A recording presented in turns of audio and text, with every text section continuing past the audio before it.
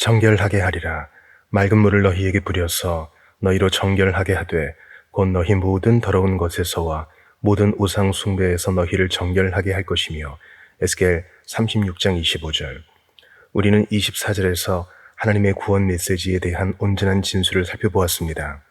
이제 그 메시지를 다시 다루면서 구원의 구성 요소들을 살펴보려 합니다. 25절의 첫 번째 세부 항목이 나옵니다. 인간의 구원에 꼭 필요한 첫 번째 요소, 하나님과 그의 놀라운 복을 경험하기 전에 반드시 필요한 요소가 무엇일까요? 바로 이것입니다. 맑은 물을 너희에게 뿌려서 너희로 정결하게 하되 곧 너희 모든 더러운 것에서와 모든 우상 숭배에서 너희를 정결하게 할 것이며. 이것이 첫 번째 요소입니다. 연이어 다른 요소들도 나오는데 그것들을 보면 얼마나 놀라운지 모릅니다.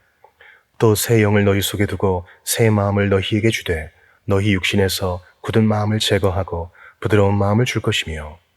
또 내 영을 너희 속에 두어 너희로 내 율례를 행하게 하리니 너희가 내 규례를 지켜 행할지라. 이것은 예루살렘 오순절 사건, 성령이 교회에 부어지신 사건을 예언하는 말씀입니다. 다시 말해서 기독교 복음을 온전히 진술하는 24절을 지나 처음 직면하며 강조할 문제는 죄와 죄책의 문제입니다. 하나님은 에스겔을 통해 이스라엘 백성에게 내가 너희를 바벨론 땅에서 끌어내 가나안 땅으로 데려가겠다라고 하십니다. 그런데 그 전에 먼저 정결해져야 한다는 점을 아주 분명하게 밝히십니다. 그들은 불결하기에 씻음을 받아야 한다는 것입니다. 하나님은 너희 모든 더러운 것에서와 모든 우상 숭배에서 너희를 정결하게 할 것이라고 하십니다. 성경은 항상 여기에서 출발합니다. 물론 우리 중에 이것을 좋아하는 사람은 아무도 없습니다. 우리는 많은 필요를 느끼고 있습니다. 삶에 짓눌려 있으며 어려움과 공경에 처해 있습니다. 현대 세계의 모든 긴장과 스트레스가 이를 웅변적으로 증명해 줍니다. 사람들이 아무거나 움켜잡으려 들거나 다양한 약물에 의지하여 살아가는 것이 그 증거입니다. 다들 도움과 지원과 인도의 필요성을 느끼고 있습니다. 뭘 해야 하지? 어디로 가야 하지? 라고 묻고 있습니다. 자신의 왜소함과 무능함을 느끼고 있습니다. 그래서 자, 하나님은 언제든 당신을 인도하고 도와줄 준비를 하고 계십니다 라고 하면 관심을 보이며 기꺼이 듣고자 합니다. 그러나 구원에는 반드시 필요한 예비 단계가 있다는 사실, 죄의 책임과 오염과 불결함이라는 문제에 직면하지 않는 한 하나님이 주시는 어떤 복도 받지 못한다는 사실을 기억해야 합니다. 아무리 복음을 자처하며 도움과 지원과 인도를 주겠다고 나선다 해도 이러한 죄책과 씻음의 필요성을 맨 먼저 정면으로 제시하지 않는 메시지는 기독교 메시지가 아닙니다. 이처럼 제가 아주 독단적으로 말하는 것은 오늘날 씻음과 정결함의 필요성에 대해서는 한마디도 하지 않은 채 하나님께 나아갈 수 있고 복받을 수 있다고 가르치는 자들이 있기 때문입니다. 그것은 기독교 복음이 아닙니다. 정결함이 항상 맨 앞에 와야 합니다. 죄의 문제가 처리되고 해결되지 않으면 하나님과 바른 관계를 맺을 수 없습니다. 성경은 도처에서 이 점을 강조합니다. 하나님의 존재와 본성과 성품을 제대로 이해하는 사람이라면 제 말에 놀라지 않을 것이 확실합니다. 성경은 하나님이 빛이시라고, 어둠이 조금도 없는 빛이시라고 말합니다. 그는 소멸하는 불이십니다. 거룩하신 분입니다. 가까이 가지 못할 빛에 거하시는 분입니다. 그런데 죄책으로 뒤덮인 인간, 죄의 악함과 불결함으로 뒤덮인 인간이 어떻게 그런 분과 교통하며 교제할 수 있겠습니까? 비상적으로만 생각해도 아예 불가능한 것이 분명합니다. 의로우시고 거룩하신 하나님의 성품 한 가지만 보아도 확실히 불가능하며 심히 불가능합니다. 하나님도 이 점을 노골적으로 분명하게 밝히셨습니다. 구약 성경에 그 말씀이 나옵니다. 그것을 사도 바울은 이렇게 요약하고 있습니다. 하나님의 진노가 불의로 진리를 막는 사람들의 모든 경건하지 않음과 불의에 대하여 하늘로부터 나타나나니. 이것은 이미 계시된 사실입니다. 하나님이 친히 계시하신 사실입니다. 그가 십계명을 주시면서 하신 일이 무엇입니까? 바로 이 점을 계시하신 것입니다. 이스라엘 자손은 하나님이 친히 자신을 위해 만드신 백성이었습니다. 하나님은 그들을 애굽의 속박에서 구해내 가나안 땅으로 데려가겠다고 하셨습니다. 그들을 자신의 백성으로 삼아 복을 주겠다고 하셨습니다. 그러나 한 가지 기억할 조건이 있다고 하셨습니다. 너희는 내 백성답게 행동하고 살아야 한다. 나는 거룩한 하나님이니 너희도 거룩한 백성이 되어야 한다. 내가 거룩하니 너희도 거룩할지어다 라고 하셨습니다. 그러면서 십계명을 주셨습니다. 이처럼 어떻게 살아야 하는지 알려주셨을 뿐 아니라 죄에는 형벌이 따른다는 점도 경고하셨습니다. 하나님이 죄에 진노하신다는 것은 명백한 사실입니다. 그가 친히 계시하신 사실입니다. 무엇보다 이스라엘 자손의 사례가 분명하게 보여줍니다. 에스겔은 36장 본문에서 이 점을 아주 선명하게 부각하고 있습니다. 전에 하신 말씀대로 하나님이 친히 이스라엘 백성을 바벨론에 정복당하게 하셨고 여기까지 잡혀오게 하셨다는 것입니다. 그들을 그 행위대로 심판하여 각국에 흩으며 여러 나라에 해쳤더니 이처럼 하나님은 자신이 죄를 어떻게 대하는지 계시하셨습니다. 미워하고 심판하며 반드시 벌한다고 하셨습니다. 그러므로 하나님과 교통하며 교제하는 자리로 돌아가기 전에 필연적으로 가장 먼저 대두되는 것은 죄성의 문제라고 추론하는 것이 마땅합니다. 구약 성경을 보면 인간이 하나님께 나아갈 때마다 제사를 드렸던 것을 알 수 있습니다. 아벨도 제사를 드렸습니다. 태초부터 제물이나 희생물 없이는 하나님께 나아갈 수 없었던 것이 분명합니다. 출애굽기와 레위기와 민수기에는 번제와 희생제사에 대한 규례들, 짐승은 어떻게 잡고 피는 어떻게 뿌리며 대제사장은 어떻게 하나님이 계신 곳에 들어가 피를 드려야 하는지에 대한 규례들이 아주 상세하게 나옵니다. 그 모든 규례가 가리키는 사실이 무엇입니까? 죄는 반드시 처리되어야 한다는 것입니다. 죄로 뒤덮여 있는 한 하나님과 어떤 관계도 맺을 수 없다는 것입니다. 하나님은 죄인을 받아주지 않으십니다. 하나님은 하나님이시기에 그 모습 그대로 받아주실 수 없습니다. 성경 가르침 전체가 이 점을 강조하고 있습니다. 그러므로 우리도 죄를 처리하는 것이 우리의 신분 전체에 절대적으로 필요한 일임을 깨달아야 합니다. 하나님을 알고 그의 복을 받기 원한다면 무엇보다 먼저 하나님 앞에서 자기 죄성과 죄책의 문제부터 처리해야 합니다. 주님이 친히 말씀하신 탕자의 비유가 그 완벽한 예입니다. 정신을 차리고 아버지께 돌아간 탕자는 아버지 제가 왔으니 살찐 송아지도 내다 주시고 옷도 입혀주시고 반지도 끼워주세요. 이제 그런 것들을 건사할 줄 아니까 갖고 싶어요 라고 하지 않았습니다. 결코 그러지 않았습니다. 아버지, 내가 하늘과 아버지께 죄를 지었사오니 지금부터는 아버지의 아들이라 일컬음을 감당하지 못하겠나이다. 나를 품꾼의 하나로 보소서 라고 했습니다. 그는 자신에게 죄책이 있는 것을 알았습니다. 자신의 한 짓 때문에 아버지와 관계가 끊어진 것을 알았습니다. 아들의 모든 권리를 잃어버린 것을 알았습니다. 그래서 제 아버지께 호소하듯 하지 않고 저는 품꾼 정도밖에 되지 않으니 품꾼의 하나로 여겨주십시오 라고 했습니다. 하나님께 나아가는 올바른 태도의 핵심 본질이 여기 있습니다. 그래서 주님이 이렇게 말씀하신 것입니다. 기도하러 성전에 올라간 바리새인과 세리의 비유에서도 같은 사실을 확인할 수 있습니다. 바리새인은 곧장 앞으로 나아가 제가 다른 사람들과 같지 않은 것을 감사드립니다 라고 했습니다. 하나님의 필요성을 느꼈고 하나님과 바른 관계를 맺기 원했지만 자신에게 죄의 문제가 있다고는 생각지 않았습니다.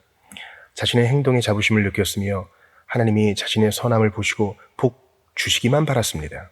그런데 또 한 사람은 감히 하늘을 쳐다보지도 못한 채 가슴을 치며 하나님이여 불쌍히 여기소서 나는 죄인이로소이다 라고 했습니다. 자신의 죄책과 죄성과 악함과 불결함을 알았기에 어떤 권리나 자격도 없다고 느낀 것입니다. 주님은 말씀하십니다. 내가 너희에게 이르노니 이에 저 바리새인이 아니고 이 사람이 의롭다 하심을 받고 그의 집으로 내려갔느니라. 왜 세리가 의롭다 하심을 받았을까요? 자기의 죄의 문제를 깨달았기 때문입니다. 자신이 불결하고 악함을 깨달았기 때문입니다. 이 점은 아무리 강조해도 지나치지 않습니다. 하나님을 알고 그의 복을 받으며 그의 능력과 사랑과 긍휼을 증언했던 모든 성도의 생애를 읽어보십시오. 시련과 어려움에 자주 애워싸였음에도 능히 이겨냈던 것을 알 수 있습니다. 그들의 생애를 기억하는 일은 우리에게 진정한 축복이 됩니다. 그들에 관한 글을 읽거나 그들에 대해 생각할 때마다 이것이야말로 마땅히 살아야 할 삶이라는 느낌이 듭니다. 그럼에도 그들은 한결같이 자신이 죄와 무가치함과 불의함과 하나님의 도움 없이 본성에 따라 살았던 이전 삶의 불결함을 인정하고 고백했습니다. 이것이 첫 번째 요점입니다. 정결해져야 합니다. 이것은 그 다음 요점으로 연결됩니다. 그렇다면 우리는 어떻게 정결해질 수 있을까요? 어떻게 죄를 처리할 수 있을까요? 우리는 모두 의도적으로 하나님을 거슬러 죄를 지었습니다. 그를 무시했습니다. 그를 잊고 지냈습니다. 의도적으로 그의 법을 어겼습니다. 양심의 소리를 따르지 않았습니다. 이런 죄의 악함을 어떻게 처리할 수 있습니까? 우리 스스로 죄를 제할 수 있습니까? 생명책에서 내 죄가 기록된 부분을 백지화할 수 있습니까? 죄의 오점들을 없앨 수 있습니까? 여러분은 그런 시도를 해본 적이 있습니까? 하나님 앞에 합당하게 서기 위해 영적으로 자신을 씻어보려 한 적이 있습니까? 시편 51편에 그 이야기가 나옵니다. 이 시편을 쓴 다윗은 무서운 죄, 간음뿐 아니라 살인죄를 지었고 그 사실을 자각했습니다. 불현듯 자기 죄를 깨달았고 하나님과 바른 관계를 회복하길 원했습니다. 그는 말합니다. 하나님이여 주의 인자를 따라 내게 은혜를 베푸시며 주의 많은 긍휼을 따라 내 죄악을 지워주소서. 나의 죄악을 말갛게 씻으시며 나의 죄를 깨끗이 제하소서. 자신은 죄를 제할 수 없다는 것입니다. 번제와 제사로도 제할 수 없다는 것입니다. 아무리 마음을 정결케 하려 해도 그럴 수 없음을 안다는 것입니다. 오직 하나님께 돌아가는 것만이 유일한 길이라는 것입니다. 하나님의 복을 경험한 모든 성도의 증언은 이것입니다. 내 손의 수고로 율법의 요구 채울 수 없고 쉼없는 열심과 늘 흘리는 눈물로도 죄속할 수 없나이다. 오직 주께서 구원하셔야 하나이다. 이것이 맨 처음 부닥치는 문제입니다. 자신이 삶 속에서 어떤 위치에 있는지 깨닫고 하나님과 대면한 사람은 두려워하며 염려합니다. 앞으로는 바르게 살길 원합니다. 그런데 미래는 차치하고 과거는 어떻게 해야 합니까? 여전히 남아있는 죄의 얼룩을 처리할 수가 없고 제할 수가 없습니다. 그런데 얼룩이 남아있으면 하나님과 어떤 관계도 맺을 수 없습니다. 하나님은 죄를 참아 보지도 못하시는 분입니다. 이것은 기독교 메시지의 핵심 본질로서 그 대답이 여기 나옵니다. 맑은 물을 너희에게 뿌려서 너희로 정결하게 하되 곧 너희 모든 더러운 것에서와 모든 우상 숭배에서 너희를 정결하게 할 것이며. 복음의 역설이 여기 있습니다. 시편 51편에도 나옵니다. 다윗은 내가 주께만 범죄하여 주의 목전에 악을 행하였사오니 라고 하면서도 자신이 거역한 바로 그 하나님만이 자신을 구해주시고 바로잡아 주실 수 있음을 알았습니다. 우리 자신은 죄의 오점을 지울 수 없습니다. 어떤 조처도 할 수 없습니다. 분명히 죄가 있음에도 우리가 지은 그 죄를 없앨 수가 없습니다. 대체 우리가 무엇을 할 수 있겠습니까? 그런데 놀랍게도 하나님은 곤경에 빠져 절망하고 있는 우리를 친히 씻어주겠다고 말씀하시며 선언하십니다. 우리가 거슬러 죄를 지은 하나님, 우리가 거역한 하나님 자신이 우리를 씻고 정결케 하여 거룩한 존전에 합당히 서게 해주시겠다는 것입니다. 이것은 그 다음 단계로 이어집니다. 그렇다면 하나님은 어떻게 우리를 정결케 하실까요? 맑은 물을 너희에게 뿌려서 너희로 정결하게 하되, 물을 뿌리는 것은 구약시대의 정결 예식입니다. 암송아지를 잡아 태운 후 그 죄를 모아 물에 섞어서 죄를 짓거나 사체를 만지거나 그 밖에 일로 부정해진 자들에게 뿌려 정결케 했습니다. 이것은 그림이자 신약 성경의 영광스러운 메시지를 미리 보여주는 예표입니다. 하나님은 어떻게 우리의 죄책을 씻어주실까요? 이 놀라운 메시지에 그 대답이 나옵니다. 하나님이 세상을 이처럼 사랑하사 독생자를 주셨으니 이는 그를 믿는 자마다 멸망하지 않고 영생을 얻게 하려 하심이라. 히브리서 기자는 10장에서 이렇게 말합니다. 그렇다. 황소와 염소와 암송아지의 재료는 사실상 죄책을 씻을 수 없다. 그것은 잠시 죄를 덮어주는 임시 방편에 불과하다. 그렇다면 어떻게 죄책을 씻어주십니까? 세상에 오신 분, 보시옵소서 내가 하나님의 뜻을 행하러 왔나이다 라고 말씀하신 분, 오직 나를 위하여 한 몸을 예비하셨도다 라고 말씀하신 분을 통해 씻어주십니다. 하나님은 우리의 죄책과 불결함이라는 이 무섭고도 비참하고 끔찍한 문제를 처리하기 위해 독생자를 보내셨습니다. 주 예수 그리스도가 세상에 오신 것은 특별히 이 죄책의 문제를 해결하기 위해서였습니다. 가르치셨지만 단순히 가르치려고 오신 것이 아니었습니다. 본을 보이셨지만 단순히 본을 보이려고 오신 것도 아니었습니다. 주님이 그런 일만 하셨다면 우리는 이미 받은 정죄보다 더 큰 정죄를 받아야 할 것입니다. 나는 내가 정한 기준조차 지키지 못하는 사람입니다. 나 자신조차 만족시키지 못하는 사람입니다. 성도들의 생애를 읽어보면 나는 아무것도 아닌 난쟁이 같습니다. 나사렛 예수를 바라보면 더더욱 심한 절망, 완전한 절망이 찾아옵니다. 산상설교를 읽을 때 나오는 말은 대체 누가 이런 삶을 살 수 있겠어? 누가 이런 경지에 이를 수 있겠어? 라는 것입니다. 그것은 너무나 고귀한 삶입니다. 물론 가만히 앉아서 정말 훌륭한 삶인걸? 이제부터 그분을 따라가야겠어. 쫓아가고 본받아야겠어. 나도 한번 그렇게 살아봐야겠어. 라고 말하기는 아주 쉽습니다. 그런데 실제로 그렇게 살고자 해보았습니까? 한번 해보십시오. 절대 불가능함을 발견할 것입니다. 그렇게 살고자 하면 할수록 자기 연약함만 드러나고 자기 죄만 더 폭로될 것입니다. 그렇습니다. 주님이 1차적으로 하신 일은 그런 것이 아니었습니다. 히브리서는 그가 세상에 오신 진정한 목적을 알려줍니다. 그가 천사들보다 잠시 동안 못하게 하심을 입으신 것은 모든 사람을 위하여 죽음을 맛보려 하심이었습니다. 분명히 말하건대 죄책의 문제는 이처럼 하나님의 아들이 하늘에서 내려오셔야 할 만큼 심히 큰 것입니다. 여러분은 이 사실을 알고 있습니까? 성경이 이렇게 우리 앞에 펼쳐져 있음에도 다른 많은 이들처럼 하나님은 사랑이시기에 그냥 용서해 주신다고 생각했던 것은 아닙니까? 저나 여러분이 죄성하다고만 하면 사랑의 하나님이 다 용서해 주신다고 생각했던 것은 아닙니까? 정말 그렇다면 왜 굳이 하나님의 아들이 세상에 오셨겠습니까? 물론 구약 성경은 자비와 긍휼이 넘치는 사랑의 하나님이시라고 말합니다.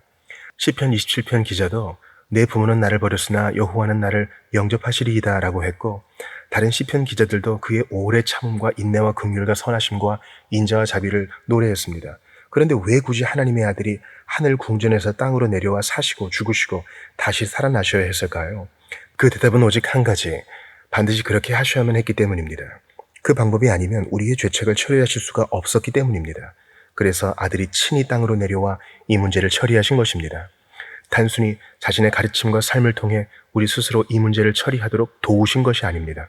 그럴수록 우리는 훨씬 더 큰 죄인이 됩니다. 그렇다면 어떻게 처리하셨을까요? 하나님의 법은 병력같이 우리를 정죄하며 하나님 앞에 의롭고 거룩한 삶을 살 것을 요구합니다. 그래서 예수 그리스도가 하나님이 예비하신 몸을 입고 처녀의 태에 들어오신 것입니다.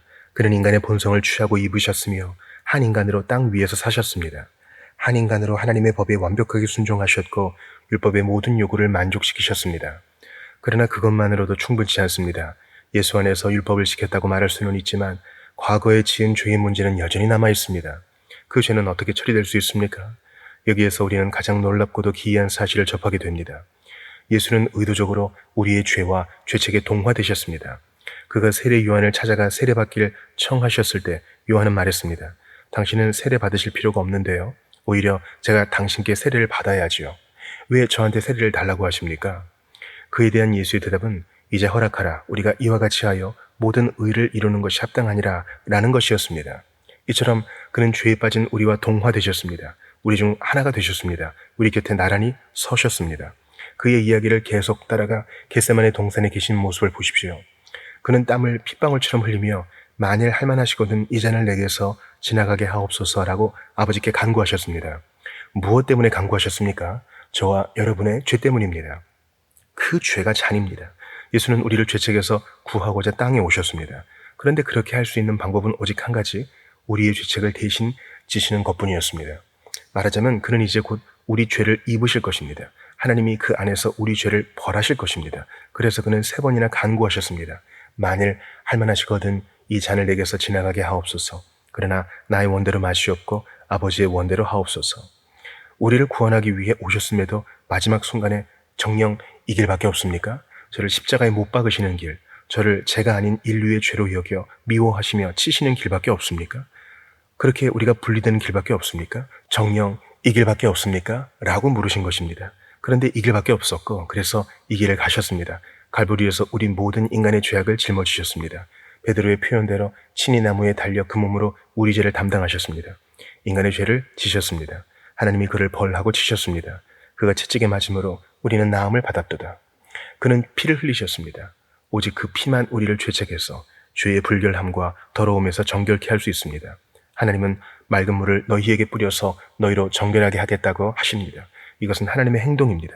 우리는 죄를 없앨 수 없습니다. 속죄할 수 없습니다. 과거를 무효화할 수 없습니다. 하나님이 만족하실 만한 것을 드릴 수 없습니다.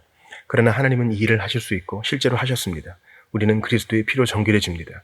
그 피가 모든 죄와 얼룩과 더러움과 오염에서 우리를 정결하게 해줍니다. 이처럼 하나님은 아들이 흘리신 피를 우리에게 뿌리심으로써 그 앞에 합당히 서게 하십니다. 에스겔은 이 모든 일을 살짝 보았습니다. 하나님이 이 일을 알려주시며 이스라엘 자손에게 전하게 하셨습니다. 우리는 이 일을 예표나 그림자로 희미하게 보는 것이 아니라 온전히 보고 있습니다. 이 일은 이미 성취되었습니다. 그래서 그가 오실 때까지 떡과 잔을 통해 그의 죽으심을 전하는 것입니다.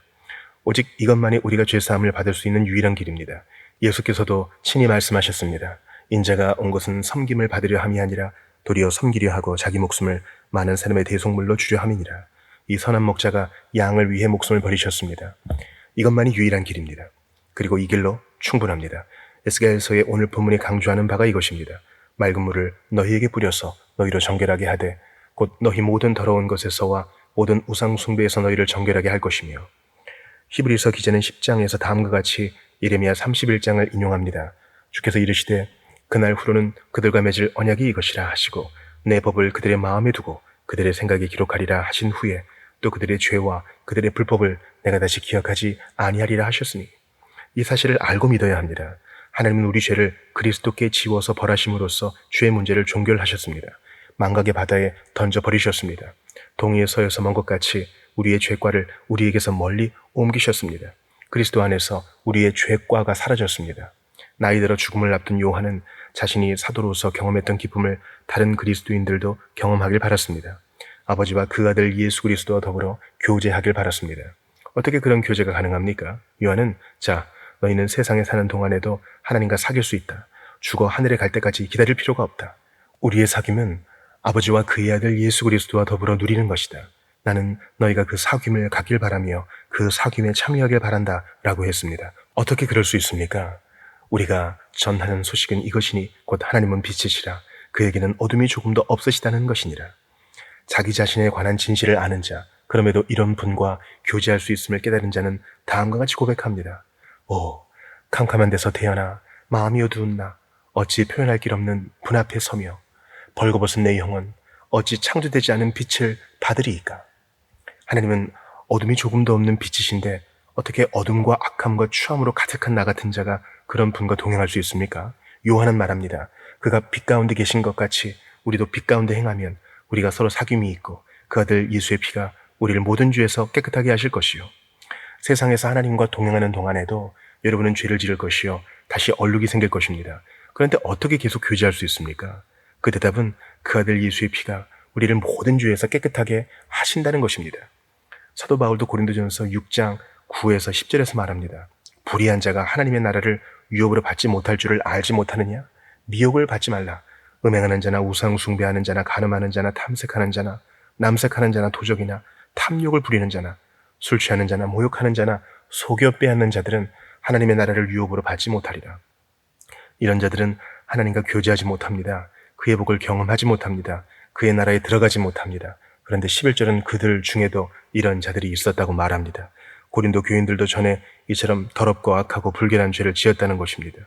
너희 중에 이와 같은 자들이 있더니 주 예수 그리스도의 이름과 우리 하나님의 성령 안에서 씻음과 거룩함과 의롭다 하심을 받았느니라. 하나님이 이들을 씻어 정결하게 해주셨습니다. 그럼으로써 하나님의 교회에 속한 성도가 되었고 하나님과 교제하는 자가 되었습니다. 오직 그리스도의 피만 우리를 씻어줄 수 있습니다. 그리스도의 피만 우리 죄를 씻어줄 수 있으며 우리 옷을 깨끗하고 환하게 만들어줄 수 있습니다. 바울은 그리스도 안에서 그의 피로 말미암아 속량 곧 죄사함을 받는다고 말합니다. 하나님의 방법은 그리스도의 피로 죄를 사하시며 죄책을 씻으시는 것입니다. 히브리서 10장 19절은 우리가 성소에 들어갈 담력을 얻었다고 말합니다. 나 같은 자가 어떻게 성소에 들어갈 수 있습니까? 어떻게 하나님을 뵐 수 있습니까? 어떻게 하나님께 아뢰 수 있습니까? 어떻게 하나님께 기도할 수 있습니까? 어떻게 하나님의 복을 받을 수 있습니까? 그 대답은 오직 한 가지뿐입니다. 그러므로 형제들아 우리가 예수의 피를 힘입어 성소에 들어갈 담력을 얻었나니 그 길은 우리를 위하여 휘장 가운데로 열어놓으신 새로운 살 길이요 휘장은 곧 그의 육체니라. 또 하나님의 집 다스리는 큰 제사장이 계심에 우리가 마음의 뿌림을 받아 악한 양심으로부터 고소하는 양심으로부터 벗어나고 몸은 맑은 물로 씻음을 받았으니 참마음과 온전한 믿음으로 하나님께 나아가자. 여러분도 기도할 때 이렇게 나아갑니까? 하나님 앞에 담대하게 나아갑니까? 온전한 믿음으로 나아갑니까? 자신이 용서받고 그의 자녀가 되었다는 것과 그가 자신을 기쁘게 받아주실 것을 알고 나아갑니까? 그것이 온전한 믿음입니다. 어떻게 그럴 수 있지요? 라고 묻는 이가 있을 것입니다. 다른 때보다 하나님 앞에 무릎을 꿇을 때 더 나의 죄와 죄성이 느껴지는 걸요. 난 내가 죄인인 것을 압니다. 그런데 어떻게 확신을 가지고 담대하게 나아갈 수 있지요? 이것은 중요한 문제입니다. 십자가에 못 박히신 예수 그리스도에 대한 메시지를 믿는 자는 나는 죄책이 있는 죄인이지만 그리스도가 그 형벌과 죄책을 다 담당하셨다. 그가 전부 제거하셨으므로 하나님이 더 이상 기억치 않으신다. 나는 이것을 믿기에 그리스도의 피를 힘입어 내 모습 그대로 나아간다. 자신의 말씀을 지키시는 하나님이 나를 받아주실 줄 알기에 그리스도의 완전한 사역과 공로를 의지하며 나아간다라고 생각하며 그래서 온전한 믿음으로 나아갈 수 있습니다. 온전한 믿음이란 바로 이런 것입니다. 자기 죄를 무시하지 않고 직면하는 것입니다. 자기 죄를 인정하고 고백하면서도 맞습니다. 그러나 그리스도가 저희 죄를 위해 죽으셨습니다. 라고 말하는 것입니다. 그의 피, 가장 더러운 자도 정케하니 그의 피 내게 효력이 있도다. 임마누엘의 핏줄에서 흐른 피로 가득 찬 샘이 있네. 죄인들 그 물에 뛰어드니 모든 죄의 얼룩 사라지네. 죄의 얼룩을 제할 만큼 강하고 센 것은 그의 피밖에 없습니다. 그의 피만 있으면 충분합니다. 지금까지 어떻게 살았든 상관없습니다. 바울이 고린도전서 6장에서 나열하는 죄보다 더 심한 죄의 목록을 저는 제시할 수 없습니다. 그러나 그리스도가 자신을 위해 죽으신 것만 믿으면 그 어떤 죄라도 도말될 수 있습니다. 그러므로 더 이상 자신의 죄나 자격에 대해 말하지 마십시오. 여러분에게 요구되는 자격은 그리스도의 필요성을 느끼는 것 한 가지뿐입니다. 그의 피가 모든 죄와 불의에서 우리를 정결하게 하십니다. 이것을 믿는다면 온전한 믿음과 확신을 가지고 나아가 그리스도가 여러분과 여러분의 죄를 위해 흘리신 피만 주장하십시오. 그러면 하나님이 여러분을 받아주실 것이며 여러분의 죄와 허물을 더 이상 기억지 않겠다고 하실 것입니다. 그리스도의 피로 여러분을 씻으신 후에는 죄를 더 이상 기억지 않으십니다. 죄가 아예 사라지는 것입니다. 여러분이 지은 죄들이 그리스도 안에서 사함을 받습니다. 그러니 하나님께 나아가 감사하며 자신을 드리십시오. 그토록 여러분을 사랑하여 큰 값을 치르고 대속해 주신 하나님, 구속하고 속량하며 정결케 하여 자신에게 돌아오게 하신 하나님, 이제 복을 쏟아부어 주시는 하나님께만 찬송과 영광과 존귀를 돌리며 살기로 서약하십시오. 이처럼 우리가 처음 부닥치는 것은 과거에 지은 죄책의 문제입니다. 그것이 제해지지 않으면 하나님과 어떤 관계도 맺을 수 없습니다. 오직 그리스도와 그가 십자가에 못 박히신 일 안에서만 우리는 하나님과 화목해 될 수 있으며 회복될 수 있습니다. 대속받고 치유되고 회복되고 용서받았으니 주님처럼 찬송할 이 누구리까?